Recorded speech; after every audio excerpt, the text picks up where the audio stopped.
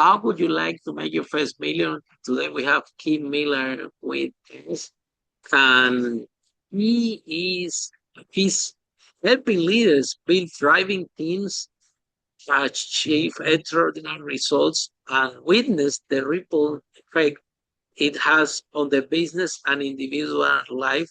That was truly that's what truly fulfilled her. She's a passionate coach for ambitious leaders that share the frustration and possess the expertise to help overcome a specific challenge that leaders face in modern day leadership. So, Kim, tell us, what are the 5 steps you recommend entrepreneurs in order to make the first million? Welcome to Unstoppable Podcast with Harry Sardinas, inspiring conversations with influential millionaires, investors, thought leaders, entrepreneurs who are making a massive difference with their innovative products and services, and sharing the challenges and wisdom of how they sold their first million. I'm ready. I'm ready, Harry. All right, here it is. Number 1, have a clear vision. You really have to know what it is what outcomes you are looking for. I think the mistake that entrepreneurs make is that they think they have to have all the steps mapped out. And the reality is that sure, you can map out the steps, but you and I both know that there's a lot of twists and turns along the way, right? So I think that you have to be really clear about the vision and the outcome, and then you have to be flexible from there. So that's number 1. Number 2 is you have to know your why. And why do I say that? Because you've got to be connected to what it is that you're doing. And frankly, it cannot just be about money. It's got to be about something more than just making money, right? So why are you doing it? Because I got to tell you, unless your why gives you chill bumps, right? Then when you hit those inevitable roadblocks, you're not going to have the fortitude to be able to get past them. I think the next one is before you start, you have to understand what you've got to get your support system really dialed in, right? And I think we all need to really take a very real assessment of who we are, what our own psychology is, what we're good at, and what we're going to need help with. So you may say, okay, well, I know that I'm going to need help with investing or finances, or I'm going to need help with technology, right? But I think also, too, what I think those are the more obvious things. I think what we often forget, what kind of emotional support am I going to need? And really think that through, right? When I hit challenges, this is often what happens to me. So, how am I going to sort of line up what I need to get through that, right? I think the next thing is that you've got to be committed. You really have to be. This cannot just be a flash in the pan. You can't walk in with the attitude of, okay, I'll give this a try, right? There is no plan B. And I think that sort of fortitude is missing in a lot of entrepreneurs, right? I'm going to figure this out. Sure. Is there a time when it doesn't make any sense to continue doing it? Yes, you may be that.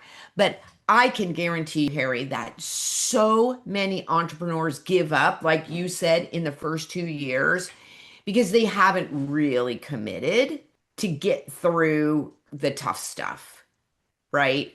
And if you don't, again, sort of if you don't have a clear vision and you don't know what your why is, then it's easier to give up. And I'm going to say something maybe unexpected in the last part, which is I tell people this all the time. If you can't sell, then you really don't have a way to make money, right? And I think that is something that gets missed so often, which is I'm going to make this great product or this great service and they will come. They will just come. Guess what, friends? It doesn't work that way, right? So you can have the best product in the world, but if you can't sell it, then it's nothing, right? So those are my top five. Tell us your story, Kim. How you started? So, it's funny. People ask me how I got into coaching, and I sort of always glibly answered, I think I've always been a coach. I just finally figured out how to get paid for it. So I would say two things. One, I do have a natural, I think, affinity for this. But the second thing is that I am somebody who has done the work and does the work, and I walk the walk. So much of my platform is about being authentic, and it's about really hitting up against this one size fits all. It's gotta, oh, if you want to be a successful tech entrepreneur, then you just look at this model, right? Whatever, whoever is your guru. And then you're like, okay, I'm going to do it like they did it, right? And what I always like to say about that is, so what happens if you can't do that step, right? Whatever, step three, whatever that is, right? Then do you just not get to be a successful entrepreneur, right? So you've got to iterate to make things work for you. And I feel like that is a lot of my story of, so I like to joke. It's funny because in the background there, you have a lot of sort of the gurus, right? The Tony Robbins, the Les Browns. And I think that what happens is that, I found myself like at the beginning of my entrepreneur business being the one in the audience saying, "Oh my God, like I want to be you." Right? Like, and I want that kind of success and I want that kind of impact and I want that kind of money. Right.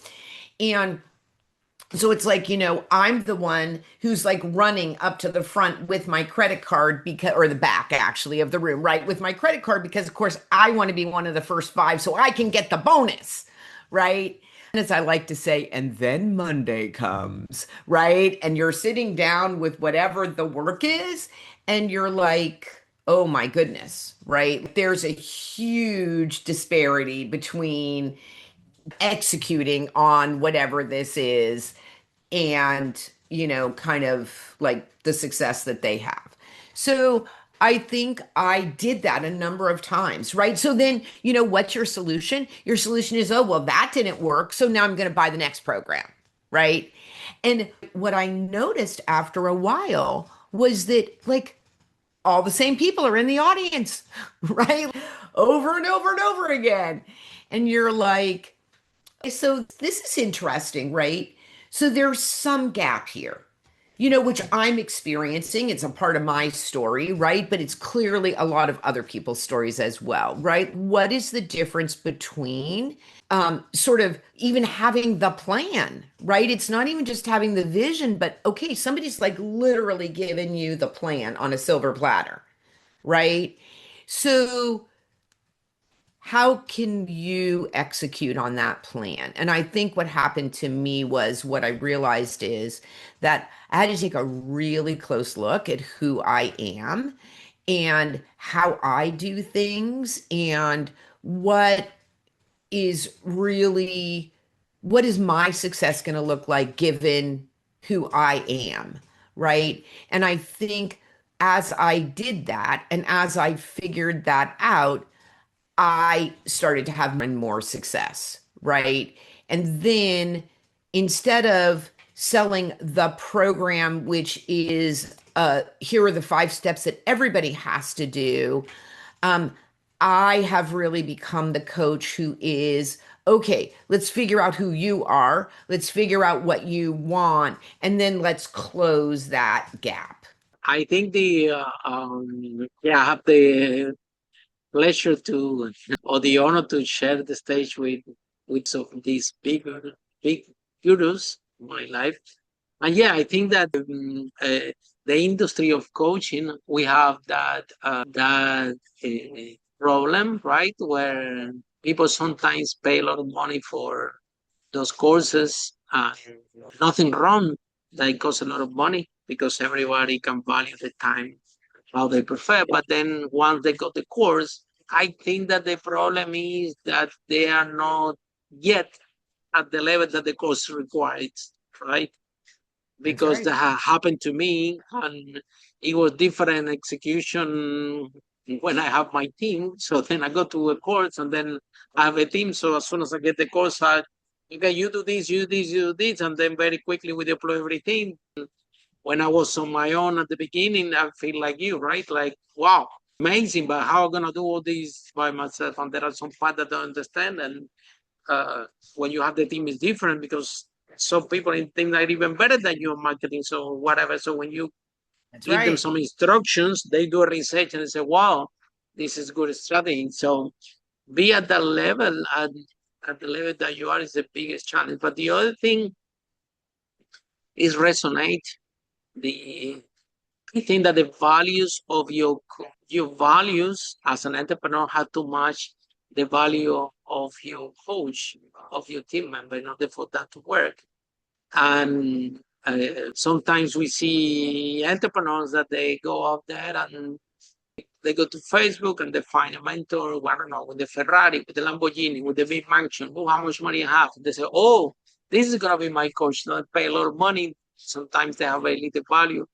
And then they say, well, I don't believe in coaching anymore. I'll do it on by myself, which is a big problem. Because if you don't have mentors and coaches, it's gonna be a harder task. It's already Mhm. statistically improbable that you will succeed. You just need to see the statistics about how entrepreneurs are Right. successful, right? So Right. in mathematical, your chances are very small. And if you don't have a mentor and a coach, right mentor and coach to guide you, then your chances are a little bit of tiny. Yeah. Even in these tiny chances, I managed to grow my business and to sell over 5 million. But it was a lot of a struggle. I didn't have coaches. I didn't even know what marketing was. And it was uh, hard. So, Tim, what entrepreneurs should be doing in order to choose a coach or a mentor that works for them? I think this is very important.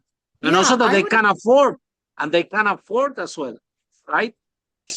Because in every stage of the business, you can afford different coaches and different mentors, right? Your Right. business is big, even you can write this as an expense, and because it's training, but you need to have a big business to afford that afford this Right. type of mentorship. So tell us what entrepreneurs should be doing in order to hire the right mentor or the right coach. Yeah, I think you said something really important, which is that having a coach is really important.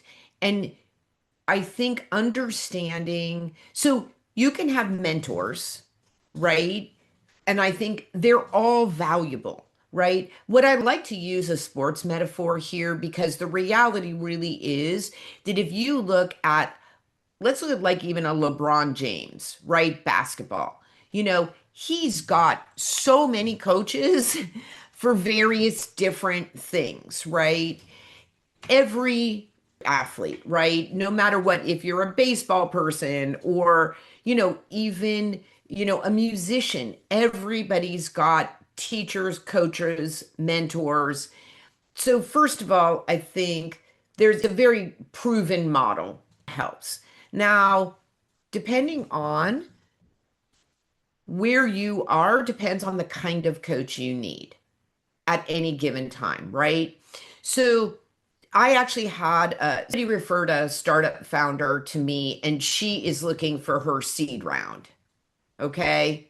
For me, she's too early in the process for me to be a good coach for her. Right. So, here's the thing, you also need a coach who is going to tell you honestly whether they are the right person for you or not. Right.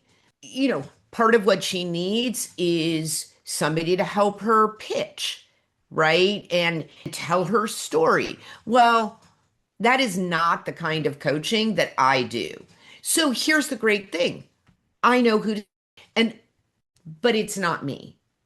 And somebody says if a coach tells you they can do everything at every stage of the business, run the hills, right?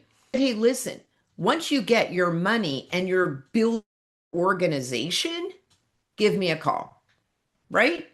I work with leadership and management, and one of the big issues that I run across she has a tech company that I run across all the time is that tech founders tend to be the technical experts, right? They're the person who has the vision. Sometimes you'll find one who has an idea and then has somebody else build them, but a lot of the times they're the person who is either the engineer or the scientist or whatever.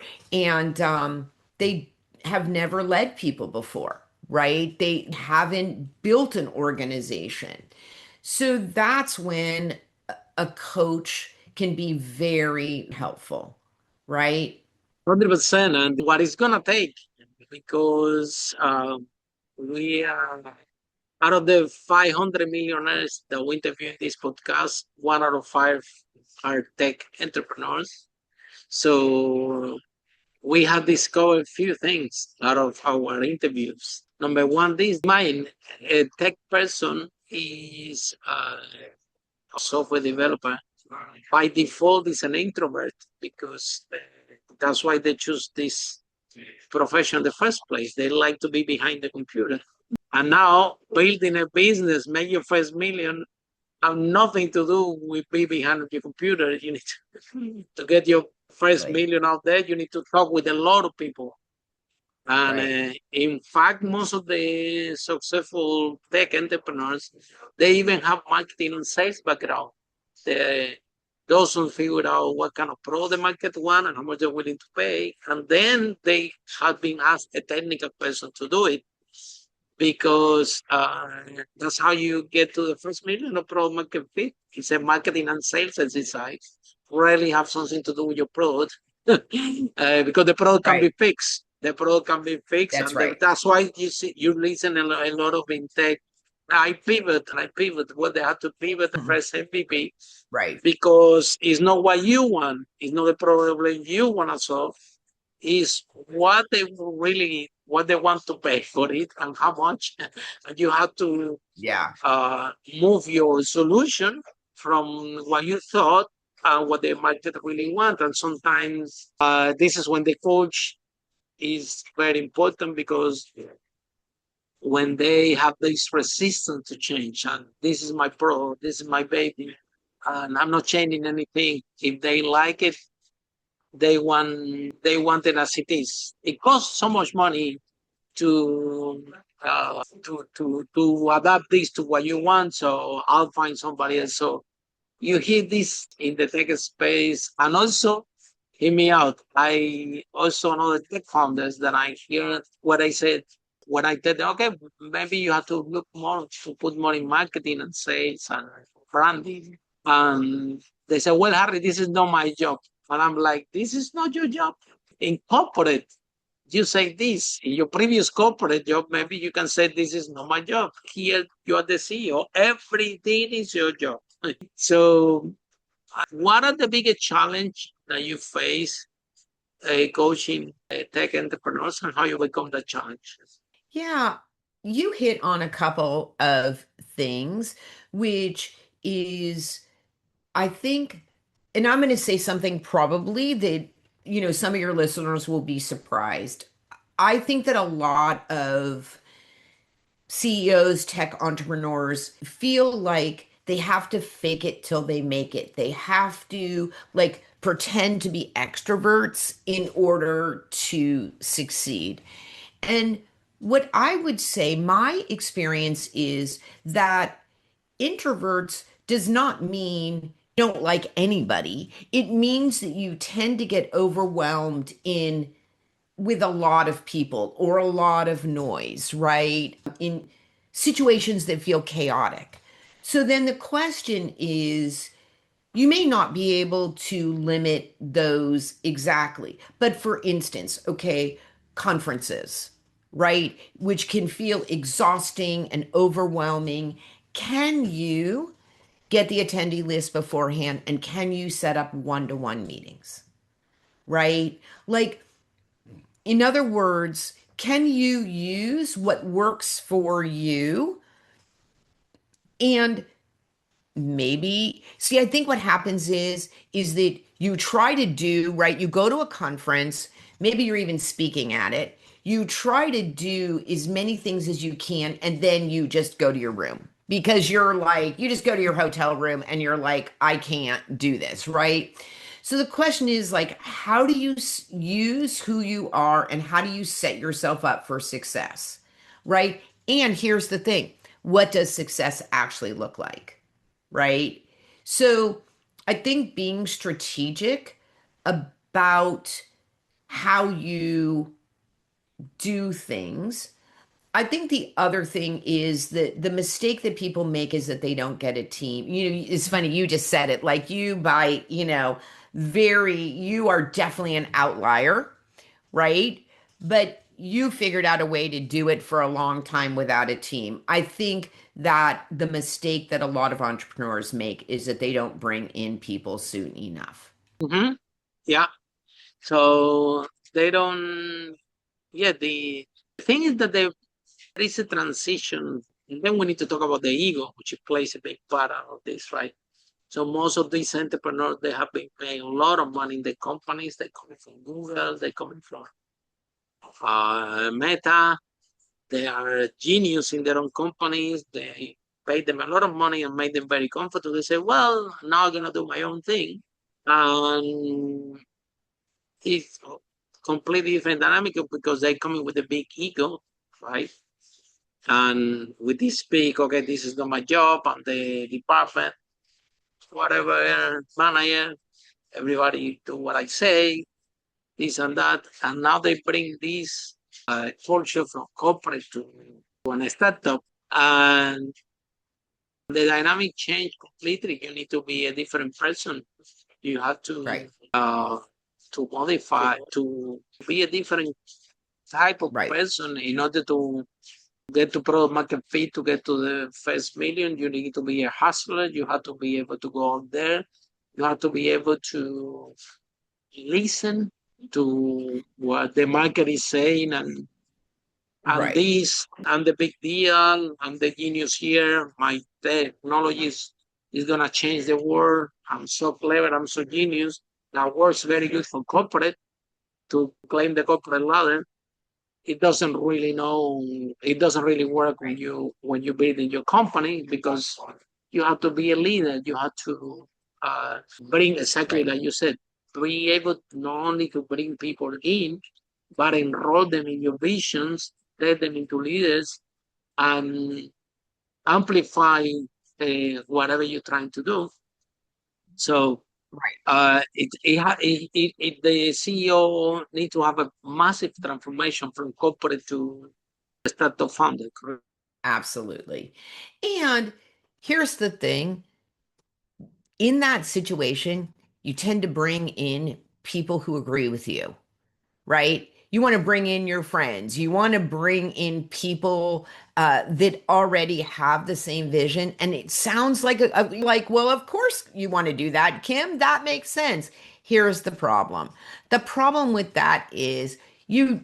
It may be good for your ego to have a lot of yes people around you, uh, but you need people around you who are going to challenge your vision. You need people around you who are going to Mm, ask mm, better questions, right? And mm. and you have You to see make it, room for that. yeah, Yeah. Kim. You see a startup there. I start up, and then four people are technical. I'm like, guys, who's gonna sell this? Yeah. You're gonna bring people, and you decide to bring more technical people because you're building something that gonna change the world. Okay, fine. So who's gonna tell it to the world then? Because by itself, exactly like you described in your 5 steps, it won't sell by itself. So It will what you not said, sell by itself. Yeah. and when You know what's very they bring funny? people, more Yeah. alike themselves, exactly like, Yeah. and then you worse when you bring an investor.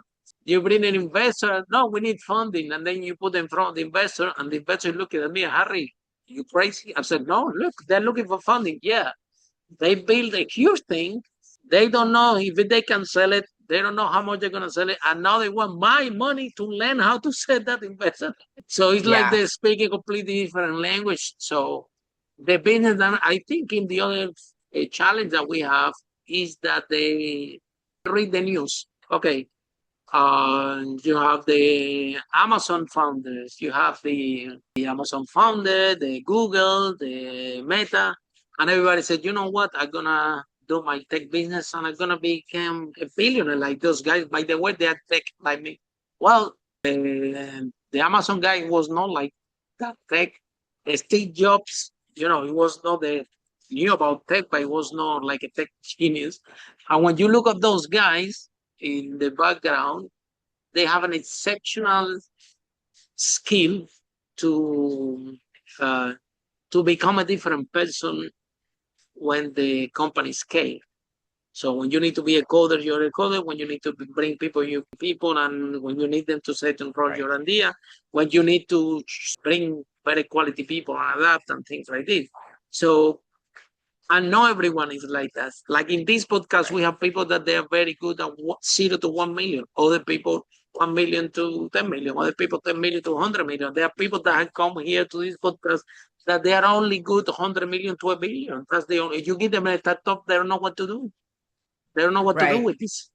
Well, and what is interesting is that one of the sort of specialties that I do, so I would say that there are certainly points, but in the growth of a business. But I will tell you, aside from starting it, right, and making it grow into something substantive, I find that the hardest thing for a founder, CEO to do is to go into growth mode and to realize that they can't work 10 times harder than they're currently working. So something has to give, right? And they actually have to have a Mhm. literally give themselves a right. You said it right, And like don't hustle, hustle. eventually, Kim, when they go, you might need to put the CEO. That's right. Because you're Exactly. not qualified to run a company that even that is your baby, that's your company. Yeah. You don't have the skills to run this at a large scale, and then you have investors and things that it doesn't well. So, what type of you gonna be in your company? And sometimes it's That's right. like it was in the previous one CEO, one from Germany. He has uh, built two companies and took them to IPO, different companies. And we have a very long chat exactly about this topic. And I told him it's very rare. It's and the guy all the how difficult it was the time. And even the second time, he knew what he was getting into, and he knew that every time that the business grow to become a different person, but also or learn what you knew, learn something new. Okay, so you have to have the capacity to that. But also with the coaches and mentors. Okay, that's another podcast guest that came here, a lawyer that told me, Harry, look, I was looking for a coach for my law practice, and he was selling like 1 million, and he want to grow his business. He was selling 1 million, and he told me, but Harry, here's the thing: I find a coach that help lawyers to get from 0 to 500,000. So I couldn't hide that one because I'm already selling 1 million. But then he found another one to help people from 5 million to 10 million. I said, this one doesn't work for me either because I'm in 1 million. So eventually he told me after keep looking, he found a coach for lawyers that specialize in this particular bracket, 1 million and so on to scale. And he said, well, Harry, finally I find my coach. But has been a process. And I think coming back to hiring, we want the entrepreneurs to be healthy, wealthy, and happy. And we are 100% sure that having mentors and coaches along the journey will be a massive benefit if they're able to. Okay, if they are Well, able there to you drop go. the ego, if they are able to work, but also Kim, few things that we have to clarify. There is a difference between coaching and mentoring. Okay. And Absolutely. we have this ego thing like, okay, let's say you coaching an entrepreneur, okay? And then this entrepreneur is a super genius. And maybe let's say that you're coaching them in sales. Coaching is about keeping them accountable and get the best out of them. Okay. And there are sometimes misleading concepts about coaching that, oh, in order for you to coach, to make a million, you have to make a million yourself. Well, it doesn't really well like this because exactly like you said, this Hussein Bolt, for example, the coach of Hussein Bolt is not holding the record. He's That's not right. fast. He's not faster than him. Not faster. No, then not, certainly not. Because this is not this is because this is not his skill. He's out of the person. That's what a coach is. Mentor is completely different. A mentor is someone that have a lot of knowledge, probably have achieved already what you want to achieve, and can give you knowledge, can give you expertise, Mhm. can maybe Right. give you guidance in how to find a good strategic market to measure all things because he has, we can say, a kind of wisdom. Okay, but coach is different. Coach, he's the is keep you. It's about keeping you accountable and get most of you and get you on Right. stock. That's what a good Right. coach is, right? Yeah. And Yeah. And go ahead. yeah, well, I was going to say, right, like my area of expertise is really interpersonal communication skills, time management, meaning you're working on the right things. So, like when I talked about that inflection point, right, that when you want to go into like hyper growth mode, that you got to make sure that you're working on the right things, right? You know, here's the thing. They need to There's be also selling to be working with you. They need to be. yeah. I mean, yeah. Otherwise you don't have the problem. Yeah. You don't have time for this problem because you're so busy Okay. making your first Fair. million. Exactly. Fair. So I mean, I think the other right. I think the other thing is that, you said it and I just want to reiterate it around this stuck, like getting in your own way. Like, here is the thing. There are lots of coaches that can get you from here to here. My experience is unless your beliefs and your story changes, be congruent with the growth and the success, you will figure out a way to get back to where it is that you believe, right? So it's a combination of working on the right things, creating a new job that's why description for companies your. get stuck. That's why they get. I That's got right. stuck in a quarter million. My own business for Yeah. 2 years, and I couldn't grow because it doesn't matter. I was trying to guess what? I even had people, and I'm making the same number. Have Yep. nothing to do with the business. Has something to do with me. I was stuck there, and it took time Yeah. to get on a stock because exactly as you said. But my belief, the way that I was operating, the way that I was behaving, and what I believe, it matched 250,000. And until I didn't change belief, the company didn't grow.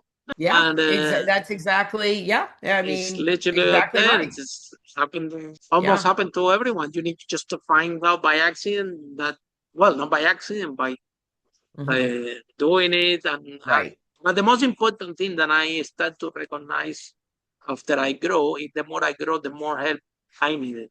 That's right. And One other point that I want to bring up here, because I think it's really relevant to this conversation, which, and this is like something that coaches are really good at helping you, is don't believe everything that you think, right?